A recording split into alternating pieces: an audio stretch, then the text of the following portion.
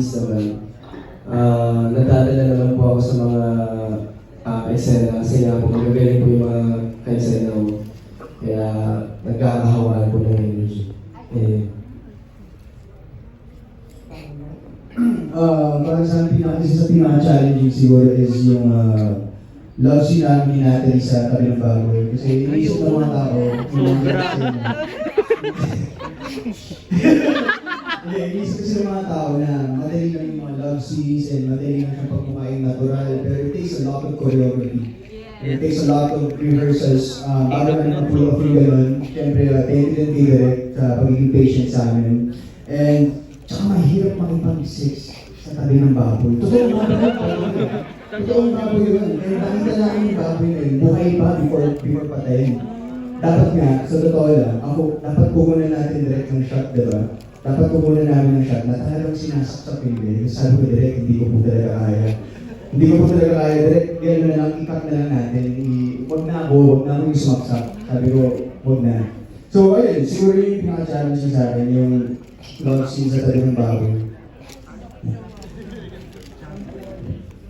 For me, yung pinaka-challenging, I think the angry scenes as well, where I had to be like super magalit, because I'm not like that in person, so I had to really bring that back. But also the scenes with Paolo when we were in the babuya and the piggery, there's a really strong parang amoy, right? I was like, only my nose punching smell. So yeah, good thing we didn't do that scene. I don't know how you did that like, the whole time, but yeah, so that's really, thank you. Jeremy, question na lang before we it's first movie mo. Kamusta seeing yourself on my scene? Naiyak ka ba? O comfortable? How does it feel? First time?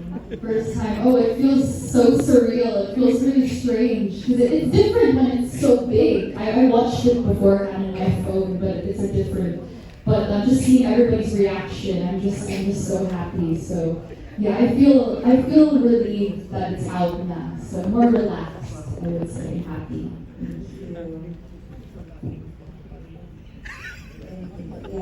Just a challenge. Challenge for me, siguro yung mga beach scenes lang talaga. Siguro yung, we all have, the boys have to look good on screen, so medyo challenging part yan. Pero, okay lang. Miss Loco, may challenge ko sa'yo.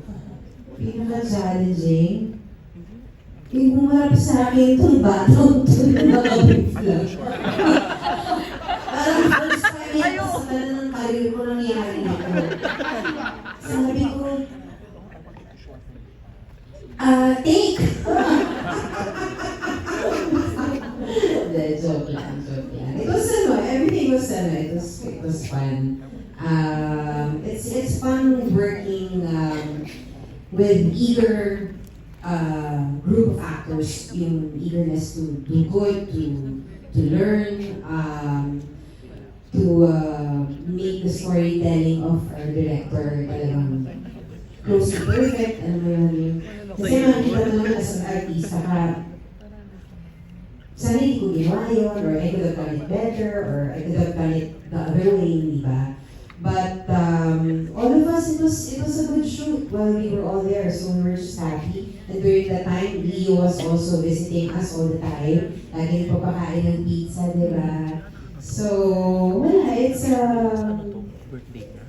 you submit your character, and then you do your best as an actor to portray your role. Paboga mo, balot mo. Kahit na gano'n ang eksena na grabe yung kay Paolo, di ba? First time. Pero nakapag-diet ka talagang your daughter is not a pig. Nakalimutan ko na nga yung eksena yun. Kanina ko lang naalala. Naalala ko rin nga si Mama Gana. Oo, nakalimutan ko. But yeah, na-deliver naman. Okay naman din. Sabi ni Derek, okay, so trust our director. Thank you. Thank you. So, Samantha and Patty, yung challenge daw na most challenging sa pagkakasali niyo sa eksena. Just as being a newcomer in general was very challenging coming in, but I came in with an open mind and I had lots of guidance and help from Direk, and especially Miss Lon and everyone else in my cast and crew. I'm so grateful to have had this experience, and I'm proud of seeing the story come to life from script to screen. So thank you. Yes, Patty? Hello. Challenge sa akin yung eksena ng yung ulit-ulit, di ko naman nag-take na direct, yung term na suso kayo dyan. Hindi ko kaya sumbitin kasi pagharap ko, lahat ng crew na lalaki na doon. So, iyan-iya ako. Pero yung patience talaga ni Direk, parang ilabas ko yung proper way how to deliver that, okay naman. Ano tayo ulit yun? Yung, Sige na, sige na, kasi yung susunod na magtatanong, magaling siya dyan sa kaya niya. ayan, yung suso kayo dyan! Ang galing-galing mo, di ba? Pero mas magaling to sa'yo. Oo, eto na si Don Sarmino. Don, last question. Pero yung sa kanya, parang nilalayo mo yung Don. Kasi tatawagin ako. And then, gusto ko lang malaman doon, anong reaction mo nung the first time in-offer na kapit ng bayan, or parang first time mo bang nag-portray ng Miss Steph Kakit? First time po. So, anong reaction mo sila? Ganun ang po. I welcome it. Kasi syempre gusto kong, as an actor, I want to be able to play different kinds of roles. Hindi yung mother role ka lang. Kasi pwedeng mother role ka, pero ano yung storya ng nanay na yun. So this is her story. This is Rose's story. Yun yung buhay niya, yung buhay ng character niya. And it's a welcome for me to yung mga ganitong klase na out of the box. Yeah. And anong feeling mo na R18 yung film? First time mo rin bang nakasama sa R18? Yeah. Panoorin nila. I mean, it doesn't matter what the rating is. What matters is you deliver a good film. Hindi ba? Kahit R18 yan, maganda yung pelikula, you all saw it, and then we just need your help to spread that word. But, ano naman I don't see a problem with the rating. Siyempre, the rating only matters because you want a wider audience for your film, correct? But regardless, as I said, even if it's R18, if you deliver a good film, then it doesn't really matter. Very well said, Balon. At pili ko doon, very proud si Balon sa movie na to. Dahil kasama niya si Paddy, ang husband niya. O talagang nandito ang kanyang husband, di ba? Pero eto, bago mo tayo magtapos, siyempre tatawagin natin ang very proud sa movie na to. Hindi dahil sa space mother siya, kundi proud siya na isa siya sa producer ng movie, Miss Gina. Miss Gina. So, Miss Gina, after watching the movie, actually, medyo may jet lag pa si Gina. After watching the movie, sa tingin mo, worth it, 1/3 na nilabas mo. Tatlo po kasi sila ng producer ng pelikula. So, anong nararamdaman mo ngayon, Gina? You need to translate it to English or what? You have to make it extra. Okay. To be honest, I'm so speechless talaga. Super gagaling ninyo.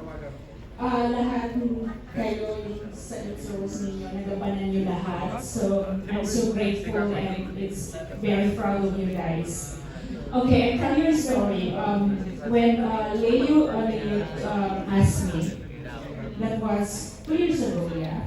So, he asked me like, I have something for you, Gina. Can we produce a movie for Geraldine? I was not sure about it because you know why? I have 4 girls. I'm so busy. I'm a full-time mom, and also I was the one who doing everything in the UK. I'm a housewife. I'm renovating everything. I do some construction, so I was not sure about it. Maybe my husband is gonna have something like, why you always go back to the Philippines? So, When Leon asked me again, I said, okay. I'm really sure about it that I trusted you so much. And then, let's do it, you know? So, we came up with the story na sinabi sa akin, dinala ko yung script to the UK, pinag-isipan ko, tapos sabi ko, okay, let's do it. And then I asked Geraldine kasi, kaya mo ba ito? Gusto mo ba itong gawin? Sabi niya sa akin, I think I'm going mom. You know, I like it, you know. So this is it. So thank you so much for watching this a very good film. I know it was rated R18. I was surprised as well, but when I saw it already, it's very what we call this, it's worth it at all. So thank you so much for coming. Everyone, I'm so grateful na sinuportahan niyo to. Lahat, nagpapasalamat po ako sa inyo. Hindi na ako nagsasabi kung sino man kayo. Lahat po kayo nagpapasalamat ako. But I'm inspired to do another one. So, ganito. So, let's support all the cast, Ms. Lababuyan. They did a good job for everything, you know. So, thank you so much. Thank you. At syempre sa mga tao na nagsasabi, hindi ko kayo disappointed dahil R18. Syempre, very proud po sa Gina at lahat ng tao involved sa pelikulang to. For Barbie because lalaking lalaki may paninindigan ka raw eh. Hindi ikaw yung parang alam mo yun, yung nagpapatagal pa, nag-inerte or whatever. Well, syempre, everybody thinks different. Everybody has their own perspectives naman. So, sa ako naman, personally, it's nice to see na people have comments like that. You know, it's positive naman. So, you know, I'm not going to let it slide. Appreciate ko naman. Appreciate ko yung mga that they praise us somehow or they look at it as in a positive way. You know, para ang gaan ng aura, parang ganun. So, I appreciate it. Last dream, kayo nag-click talaga ni Barbie, aside from running. Bakit ano? Kayo Ba't kayo nagkiklik. nag-click ni Barbie, aside from running? Anong parang common denominator niya aside from running? Siguro kasi we're both, how do you say this? I mean, she's an actress and I'm an actor. Di naman kami like same pathing in career, pero I guess we would have the same priorities in life. So I think that's what makes us connect well. And other than I don't know, we just understand each other very well. So you know, if I Ay, may heart. may part. Wala, malaking bagay kasi sa akin na someone's being with someone that's really understanding. Parang ganun. So, I would say she really has the qualities of a good woman. Yes. Okay. So Thank close you. siya sa family. Sorry. Yung close sa family. Sa mom mo. Sa mom. Hindi naman close, pero nag-meet, you know. Yeah, nag-meet naman. And vice pero, versa. Ikaw sa family. Vice As a versa. parent. Of course, I mean, it's part of the process talaga. So, At least. yeah. So far, so good naman. Yan, ganyan ang sagot, di ba? Thank Yes. you. Hindi na atrasan yung Oo, tao. well, mga arte-arte. Thank you, Jason. Ay, thank you, James. Ay, thank you so much. Yes, I appreciate it. Picture. Kasi, Day one. Maraming salamat po ulit. Maraming salamat, Ms. Gina, Direk, Redens, of course, to my LBD family. Supportahan niyo po kami. Maraming salamat. Thank you. Yeah, Ay, kaya may sasabay sa inyo. The next most important star of ABS-CBN, actually nagsimula na siya, Jameson Blake. Thank you so much everyone for coming tonight and for supporting our film. And from the producers, the cast, everybody part of the film. It was a great experience working with you all and maraming salamat. I hope you can help us promote this film. Thank you. At syempre, ito po ang the next most important star, Miss Geraldine Jennings. Like I said, thank you so much everyone for coming and supporting. I want to thank you so much to Tito Dennis and Amanda Lisa. Thank you so much, Paul. And then thank you to all the producers, everyone, post-production, pre-production, all the press. Thank you, June Allen. Thank you all, the bloggers, all the press for coming and covering this. Thank you so much. And also, thank you to my mom for letting me use her clothes and spill wine on her dress. I'm so sorry about that. But in your 20s, apologies. Okay, good. So yeah, thank you all again. And yeah, please spread the word. October 1, it's going to be releasing in Robinson's Movie Road. So thank you. Ipagkalat po natin kung gaano kaganda ang Isla Babuyan. Maraming salamat. Congratulations.